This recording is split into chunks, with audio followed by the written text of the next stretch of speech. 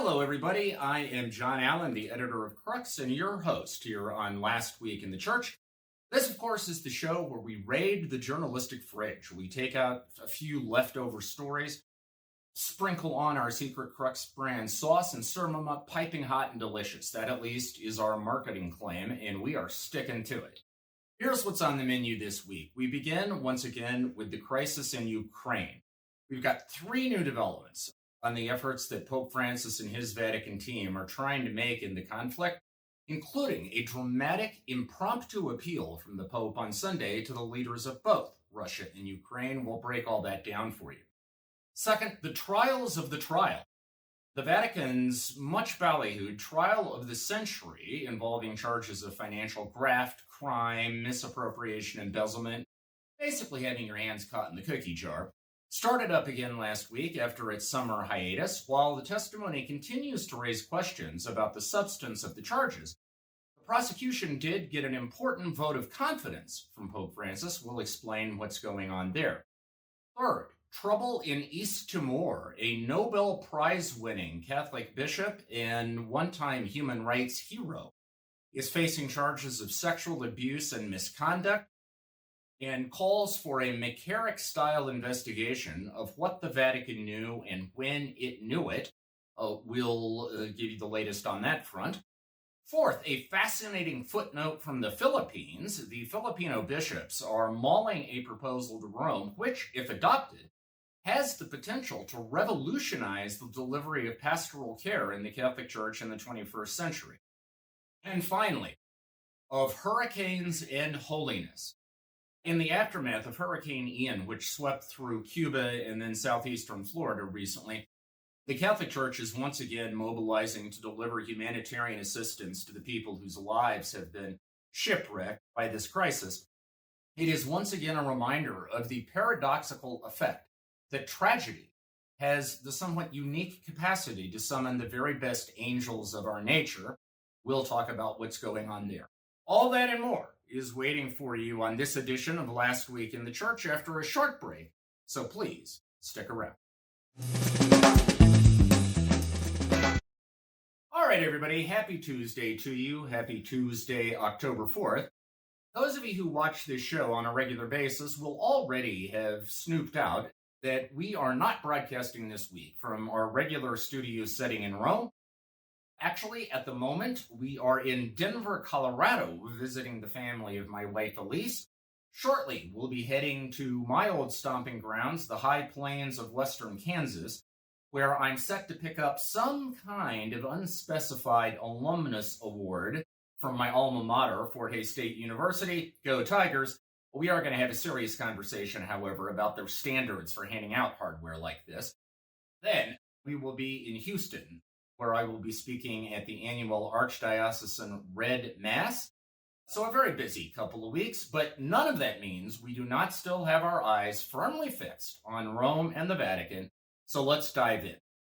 We begin again with the crisis in Ukraine. Of course, the latest development on that front is represented by the referenda that Russia recently organized in 4 pieces of Ukrainian territory, and the subsequent announcement on the back of those referenda by Russian President Vladimir Putin that those territories are being annexed to Russia. Now, those referenda were not taken seriously by much of the international community, obviously, have been rejected by the Ukrainians, and in fact, battlefield conditions are such that it does not appear the Russians even have firm control over at least some of this territory.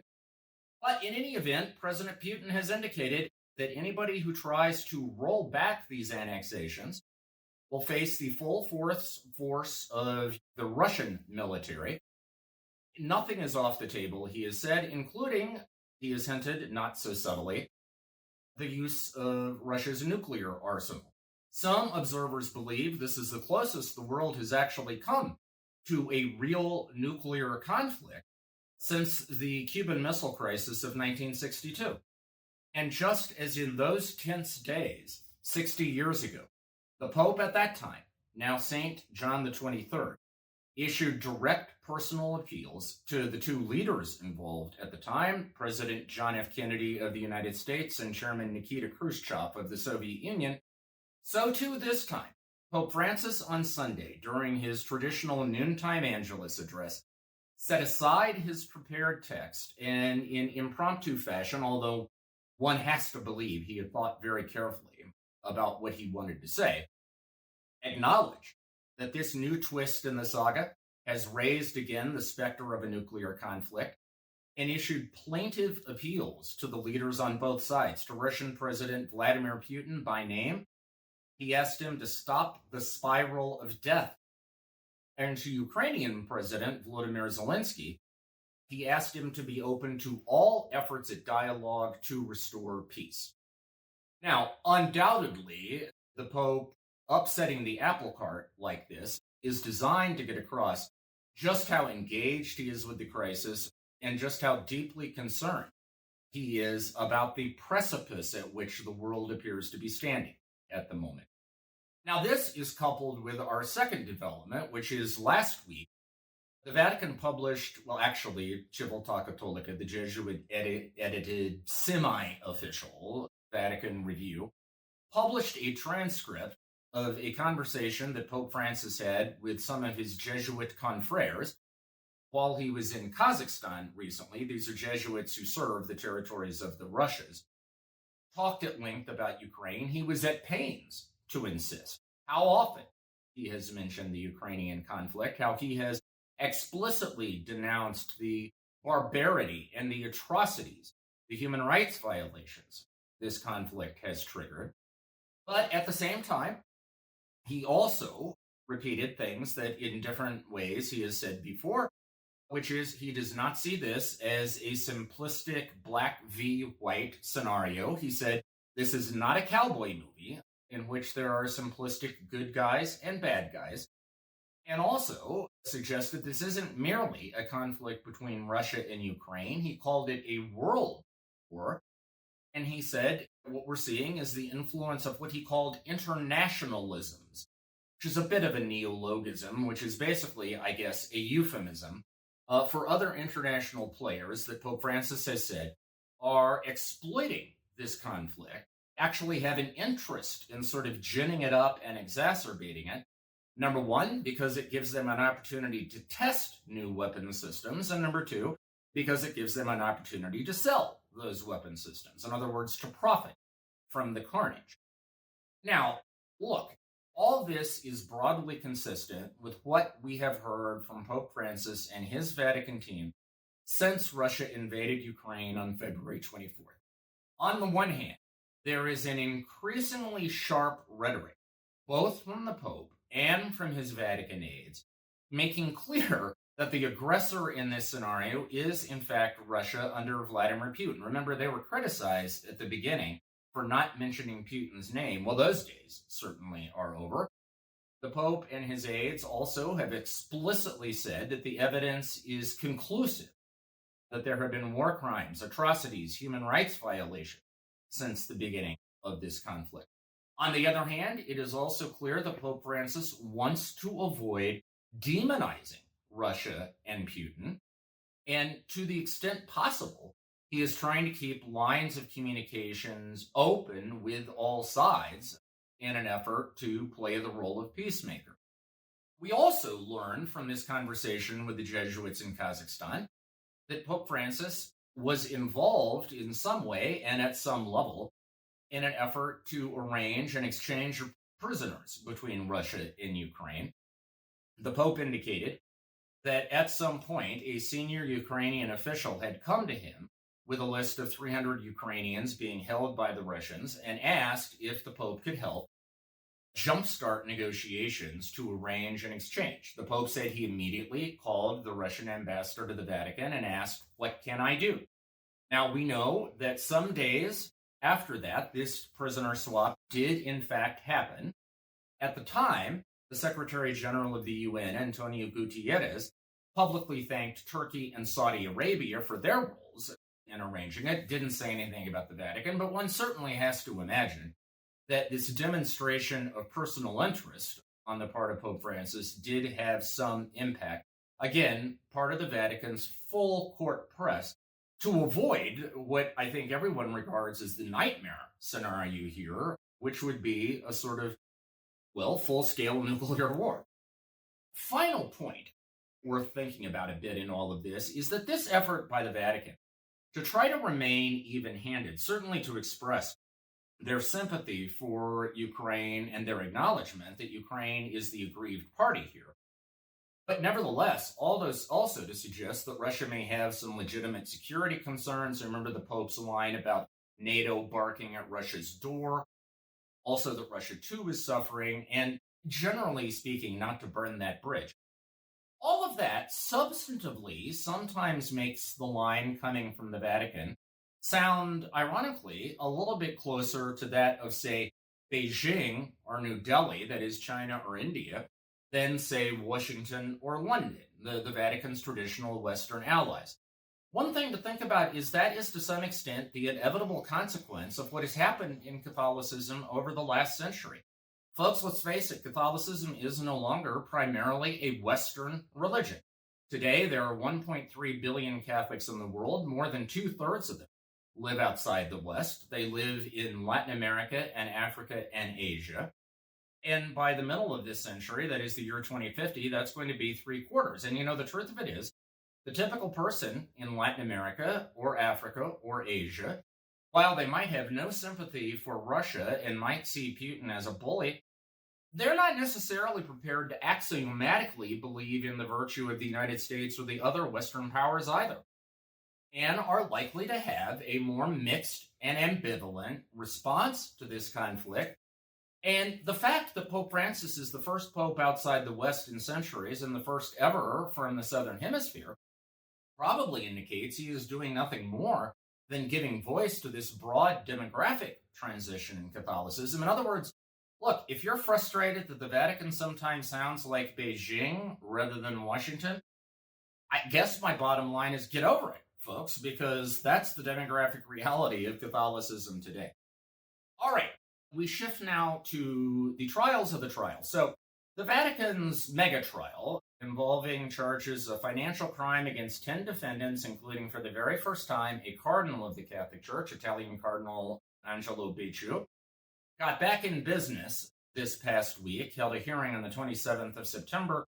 However, if you're thinking this signals the end game is at hand, there are still about 27 more prosecution witnesses to be heard, and then 150 or so defense witnesses, roughly speaking, 200 still to be heard. And we've been at this, a year and a half, almost 2 years by this point. So I think the best one can say is that this trial is lumbering along.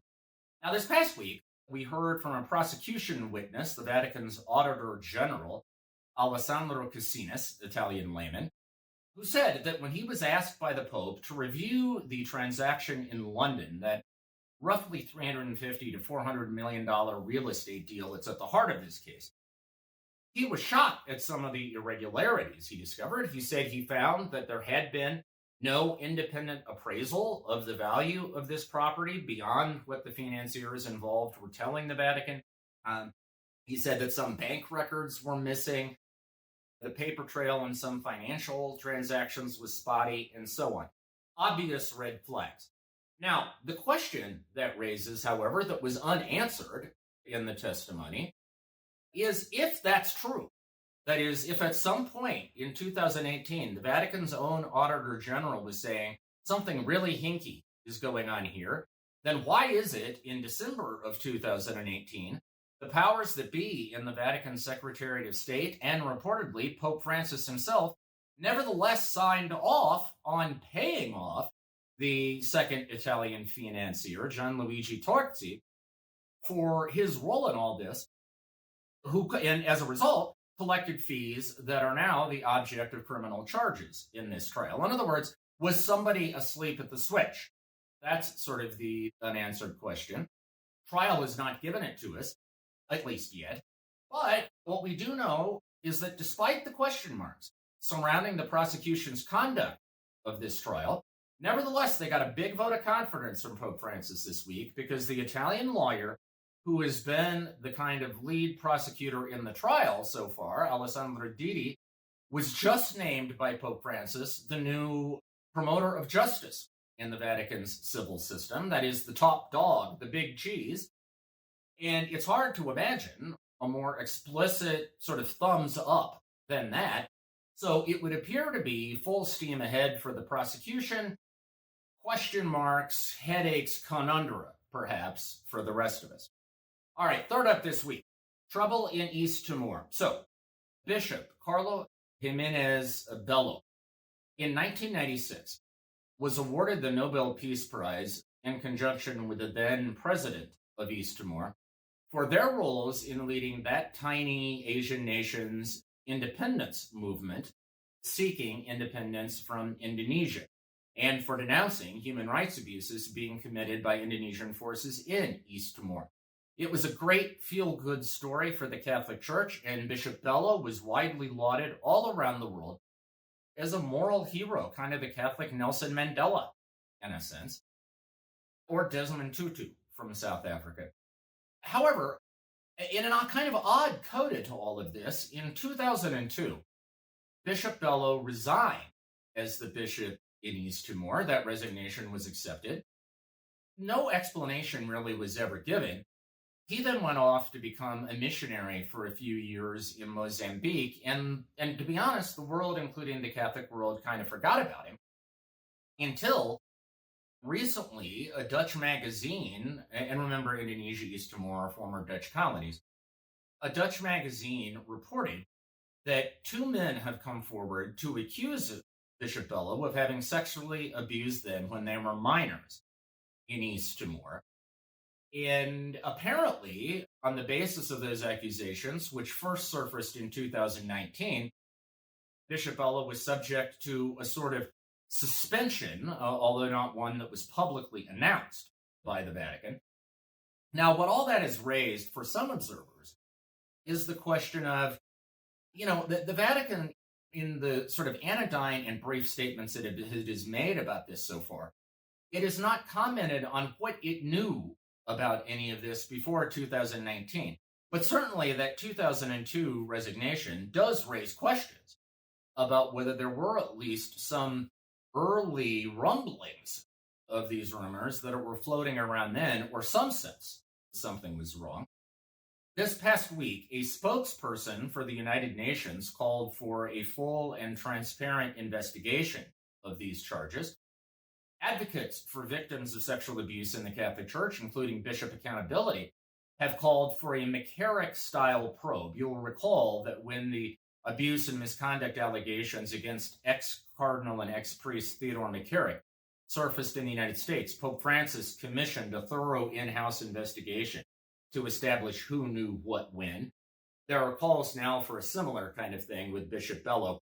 The central difference, I would suppose, is that in the United States at the time, there was massive media and popular upheaval. There doesn't seem to be anything like that right now going on in East Timor, and so the pressure levels are somewhat different.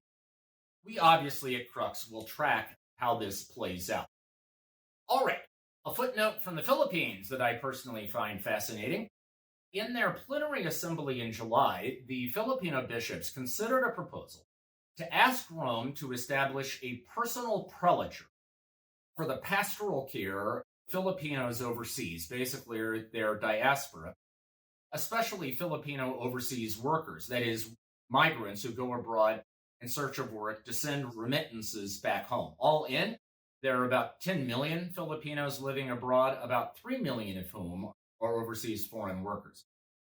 Now, the personal prelature is a structure in church law that was originally proposed at Vatican II, the idea being that it is an instrument to provide non-territorial pastoral care. That is, you have a prelate who has priests and laity who collaborate, work together in the mission of the prelature for certain specific pastoral tasks. It does not replace the diocese that it's in. That is, the Catholics there continue to be fully under the authority of the local bishop, but it supplements their efforts on the basis of a specific charism.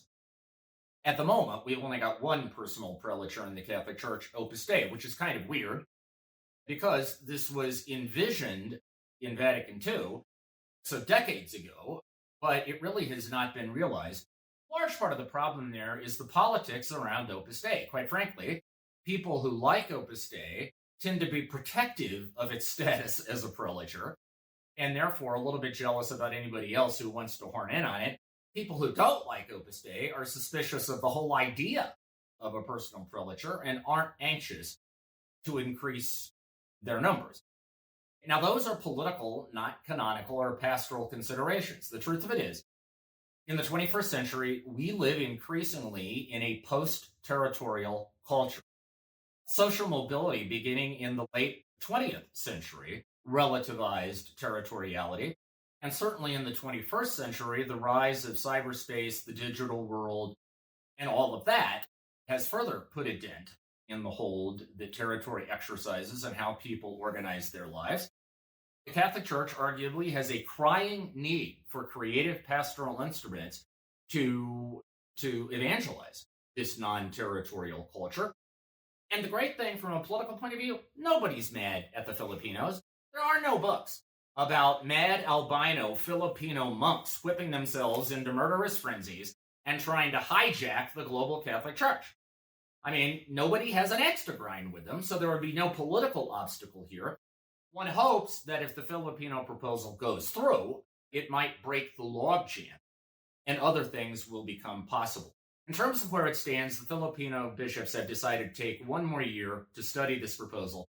They want to consult bishops' conferences where this prelature might set up shop to make sure those bishops would be welcome to it, which is very synodal and probably smart politics too.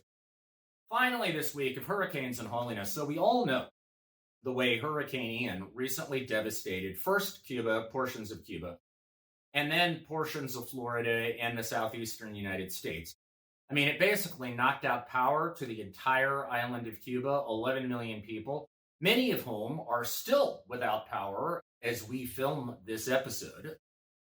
It's done an estimated, well, estimates vary, but somewhere between 35 and $60 billion of damage in Florida and other parts of the United States, and obviously upended the lives of some of the most vulnerable people in these regions.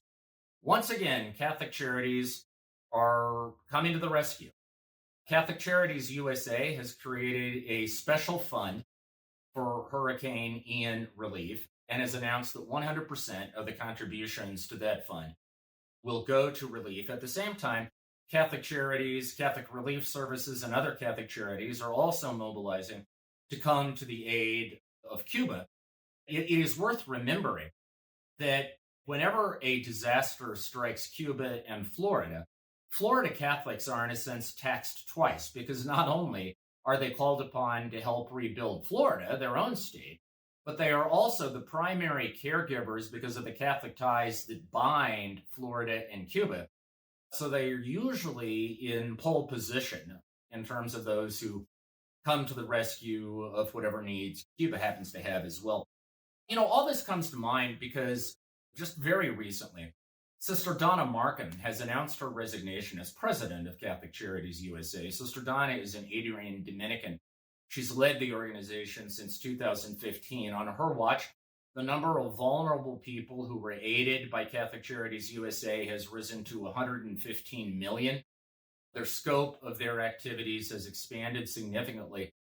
And I like to think of Sister Donna as, in a sense, emblematic of all of those Catholics out there, clergy and lay, men and women, young and old, most of whom we will never know their names and their stories will never be told.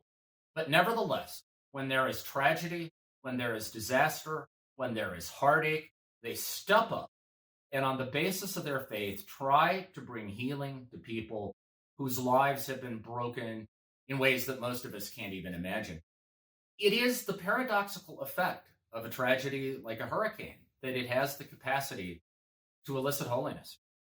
And obviously, when one would hope that it doesn't take something like that to summon the better angels of our nature, but nevertheless, it is cheering and edifying to see it when it does happen. Sister Donna, Thank you for everything you've given the Catholic Church. Good luck in whatever comes next. Good luck to your successor. Those are some big shoes to fill. And for all of you who are engaged right now in the heavy lifting of hurricane relief, thank you. Godspeed. Let us know how we can help. That is our show for this week. Thank you for tuning in. For the next week, have a happy and blessed 7 days. Stay safe. Stay healthy. We will talk to you again soon.